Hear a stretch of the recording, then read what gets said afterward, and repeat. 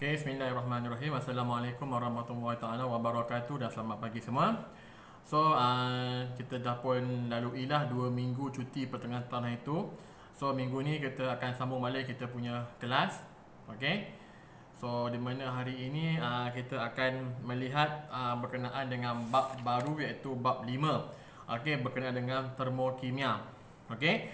So, sebelum tu pada kelas yang lepas kita telah pun melihat perakhiran kepada bab 4 iaitu bab kereaktifan logam, di mana pada bab tersebut kita telah pun melihat beberapa contoh mineral, apakah yang dimasukkan dengan mineral.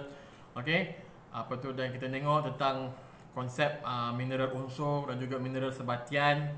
Okey, kemudian kita telah pun melihat kepada konsep kereaktifan logam. Okay, kita telah pun melihat beberapa jenis logam ni yang terutamanya bertindak balas dengan oksigen. Okay, dan bergantung kepada hasil tindak balas tersebut, kita boleh susunnya dalam satu siri kereaktifan logam. Okay, dan apakah aplikasi pengetahuan terhadap siri kereaktifan logam ini? Contoh terhadap proses pelubungan biji, ekstrakan biji, dan persiapan logam daripada bijinya. Okey, dan kita dapat melihat tentang konsep siri kereaktifan logam ini, contoh mungkin dalam pembinaan sel kimia, untuk menjana tenaga elektrik, dan juga penyaduran serta penurunan logam dan sebagainya lah. Okey, dan kita pun melihat isu-isu pelubungan yang ada di Malaysia ini dan bagaimana untuk mengatasinya. So, hari ini tengok pada bab 5 iaitu bab termokimia. So, perkataan termokimia, daripada dua perkataan iaitu termo dan juga kimia. Termo itu berarti haba. Kimia ialah iaitu tindak balas satu bahan. Sebelum tergabungkan perkataan ini termokimia, ianya bermaksud sebagai satu perubahan tenaga haba dalam tindak balas kimia. So itu ialah termokimia. Perubahan tenaga haba yang berlaku semasa tindak balas kimia kita panggil sebagai bidang termokimia. So secara amnya dalam konsep termokimia ini, so apabila berlakunya tindak balas kimia, ianya akan menyebabkan perubahan tenaga haba. So ada dua jenis perubahan tenaga haba, iaitu dipanggil sebagai endotermik dan juga exotermik. So ENDO endotermik dan juga EXO exotermik. So perkataan endo, kita lihat kepada endo dahulu. So endotermik, endotermik, perkataan endo itu berarti masuk. So dalam sains ENDO iaitu endo berarti masuk. Manakala exo berarti keluar. Right? So bila digabungkan endotermik berarti tenaga haba masuk, ataupun lebih tepat tenaga haba diserap semasa tindak balas kimia. Manakala untuk exotermik exo berarti keluar. So bila exotermik berarti tenaga haba keluar. So dalam tindak balas kimia, dalam konsep tindak balas kimia, exotermik berarti tenaga haba yang dihasilkan daripada tindak balas kimia itu akan dikeluarkan ataupun dibebaskan ke persekitaran. So itu ialah endotermik dan juga exotermik. So akan ada dua perbezaan lah yang ketara antara endo dan juga exotermik. Yang pertama kita tengok kepada endotermik. So tadi yang kita dah terangkan, endotermik ini ialah melibatkan perubahan tenaga haba, di mana tenaga haba diserap daripada sekeliling masuk ke dalam tindak balas kimia tersebut. Yang kedua, kita lihat pada exotermik. Tadi kita dah definisikan exotermik berarti tenaga haba dibebaskan keluar. Dibebaskan keluar semasa berlakunya proses tindak balas kimia tersebut. Itu exotermik. Alright. So itu perbezaannya. Seterusnya kita tengok pada endotermik. Endotermik disebabkan tenaga haba diserap masuk ke dalam tindak balas kimia daripada persekitaran sekeliling. Berarti tenaga haba di persekitaran sekeliling diserap masuk ke dalam tindak balas kimia tersebut, menyebabkan suhu suhu di sekelilingnya akan menurun. Disebabkan tenaga haba di luarnya diserap masuk ke dalam tindak balas kimia tersebut, maka suhu di sekelilingnya akan menurun. Dia akan jadi sejuk. Alright. Itu endotermik.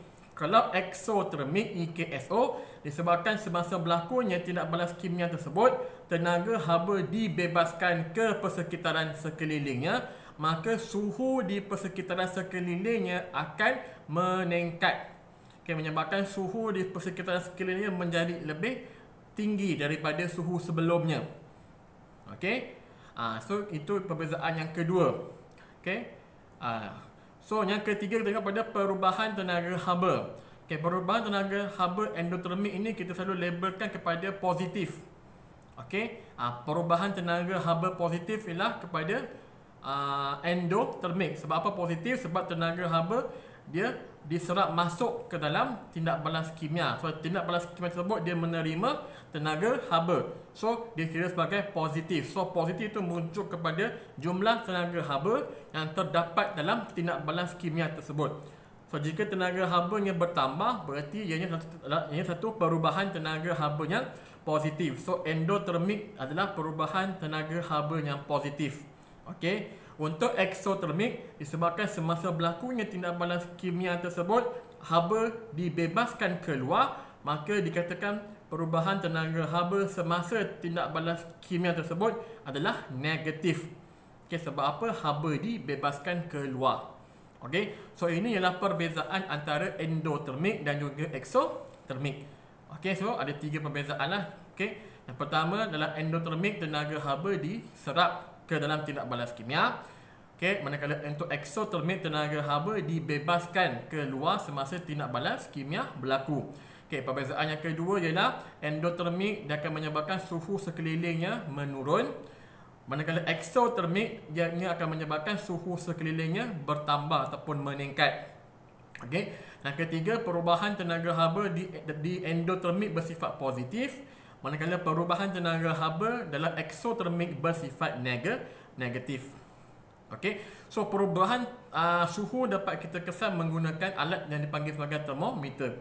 So kita boleh detect perubahan walaupun sekecil sekalipun, tapi kita boleh kesan perubahan tenaga haba ni semasa berlakunya tindak balas kimia. Okey, so dalam kita punya kehidupan seharian kita ini ada banyak proses-proses ataupun kejadian alam yang melibatkan termokimia. Okey, saya boleh nyatakan beberapa contoh untuk endotermik. Okey, so untuk endotermik kita tengok kepada contohnya seperti apa. Okay, si endotermik ni dia proses menyerap tenaga haba. Okay, contoh paling mudah yang dekat dengan kamu mungkin di dapur kamu. Okay, semasa mak kamu masak. Okay, terutamanya bila dia membakar kek dan sebagainya. So proses membakar kek tu adalah proses endotermik. Kenapa? Sebab batter, kek tersebut untuk dia masak dia perlukan tenaga haba. Okey, so semasa proses pembakaran berlaku, tenaga haba yang dibekalkan oleh oven tersebut akan diserap masuk ke dalam bancuhan kek tersebut. Okey, menyebabkan bancuhan tersebut mengalami perubahan kimia lalu menjadi sebiji kek. Okey, so ini dah contoh endotermik. Okey, dalam proses pembakaran ataupun membuat kek. Okey, contoh lain seperti apa? Kita tengok kepada kejadian alam seperti proses fotosintesis, di mana tumbuhan hijau akan menghasilkan kanji dan juga oksigen. Dalam proses fotosintesis, syarat wajib mesti ada tenaga cahaya. So tenaga cahaya dalamnya ada tenaga haba. So tenaga cahaya dan juga tenaga haba akan diserap oleh daun berwarna hijau untuk menjalankan proses fotosintesis. So itu contoh yang kedua adalah endotermik. Contoh yang ketiga kita tengok dalam proses melarutkan garam amonia dengan air. Ini memang menarik.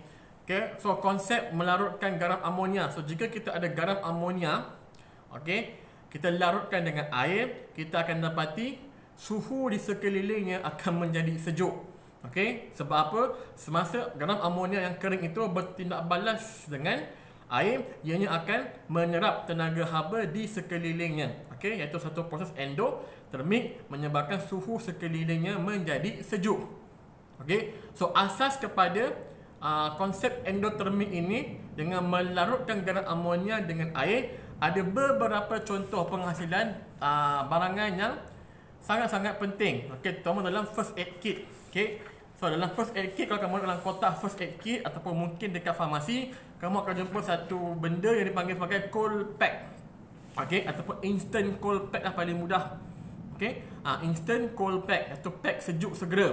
Okey, di mana kita selalu gunakan ataupun kita akan reserve dalam kita punya first aid kit, okey, untuk merawat kecederaan seperti bengkak. Okey, bengkak ataupun mungkin kalau ada pendarahan yang berterusan, kita akan gunakan instant cold pack untuk nak berhentikan pendarahan tersebut. Okey. So, konsep asas instant cold pack ni ialah menggunakan konsep endotermik, di mana dalamnya ada garam amonia dan juga buih air. Dan bila kita pecahkan, kita gabungkan kedua-dua bahan tersebut dalam cold pack, kita akan dapati cold pack itu akan mula menjadi sejuk dengan segera. Okay, dan kita akan letakkan pada bahagian yang tercedera tersebut. Okay, so since dia namanya instant cold pack, so dia juga akan habis begitu sajalah. Okay, so benda ni kamu boleh jumpa dekat farmasi. Okay, agak mahal sedikit lah. Okay, tapi sangat-sangat berguna jika berlaku seperti bengkak ataupun ada bleeding yang lambat nak berhenti. So kita akan gunakan instant cold pack. Okay, inilah aplikasi penggunaan endotermik. Okay, dan seterusnya kita tengok kepada exotermik. Okay, iaitu di mana haba dibebaskan ke persekitaran menyebabkan suhu bertambah. Okay, so contoh-contoh proses yang melibatkan exotermik, okay, ada banyak. Okay, terutamanya kita tengok kepada proses respirasi. Okay, pernafasan. So bila kita respirasi, bila kita bernafas. Okay, so kalau kamu ingat balik masa kita learn tentang mekanisme pernafasan. Okay, so sistem respirasi ini apa yang berlaku ialah, okay, bukan sekadar kita hanya membebaskan karbon dioksida dan juga air, tetapi kita juga membebaskan tenaga haba. So proses respirasi ini akan menyebabkan tenaga haba dijana dan dibebaskan ke persekitaran. So ini ialah satu proses exotermik. Okey, dan kedua kita ada contohnya pembakaran. Okey, kalau kita bakar kertas. Okey, so bila kita bakar kertas, kita akan dapati api tersebut akan berasa panas. Okey, so bila kita membakar sesuatu, tak kisahlah kertas ataupun kayu, kita akan dapati sekeliling yang akan mula menjadi panas. Sebab apa? Dalam proses pembakaran tenaga haba dibebaskan. Okey, so inilah contoh exotermik. Dan ketiga, okey, peneutralan. Okey, kamu belajar masa tingkatan 2 tahun lepas. Okey, proses peneutralan. Okey, dengan mencampurkan asid dan juga alkali. Juga akan membebaskan tenaga haba. Okey. Kalau kamu nak buat boleh kat rumah tu. Okey, belilah soda bikarbonat. Okey, kemudian kamu campurkan dengan cuka kat rumah kamu tu. Kamu kacau, kamu akan dapati akan ada satu reaksi lah, dia macam berbuih ataupun bubbling. Okay, dan bila kamu pegang, okay, bekas yang kamu gunakan untuk nak bancuh cuka dan juga soda backup tadi, kamu akan dapati ianya berasa sedikit panas ataupun warm. Okay, itu menunjukkan bahawa proses peneutralan antara asid dan juga alkali akan membebaskan tenaga haba. Berarti exotermik. Okay, dan apakah aplikasi? Okay, aplikasi exotermik dalam kita punya kehidupan seharian. Okay, so ada beberapa penciptaan alatnya. Contohnya the same thing kita tengok kepada instant hot pack. Okay, so kita ada instant hot pack. So dalam tu pun adanya bahan. Okay, adanya bahan yang bila bertindak balas, ianya akan membebaskan tenaga haba. So instant hot pack selalu kita gunakan untuk merawat kejang otot bila otot kejang. Okay, so kita akan letakkan instant hot pack supaya size lumen arteri akan bertambah. Okey, dia akan dilate dan dia akan membenarkan lebih banyak darah beroksigen masuk ke dalam otot tersebut. Okey, itu dia punya rasional kenapa kita gunakan instant hot pack. Okey, semasa berlakunya kejadian seperti kejang otot, okey, muscle cramp. Okey, nak menambahkan darah pergi ke otot tersebut untuk nak membekalkan lebih banyak oksigen. Okey, dan untuk menyingkirkan bahan-bahan kumuh yang lain. Ataupun mungkin yang paling common sekarang ni saya tengok dekat kedai-kedai. Okey, contoh kat Petronas. Okay, kamu akan dapat satu pack makanan. Okay, pack makanan. Apa yang panggil pack kembara. Okay, kamu boleh google lah pack kembara. So, bagaimana pack kembara ini orang telah banyak produskan. Okay, ada banyak jenis makanan. Lemak ada macam nasi pilaf dengan daging sebagainya. Okay, dan selalunya orang akan gunakan pack kembara ini untuk travel jauh.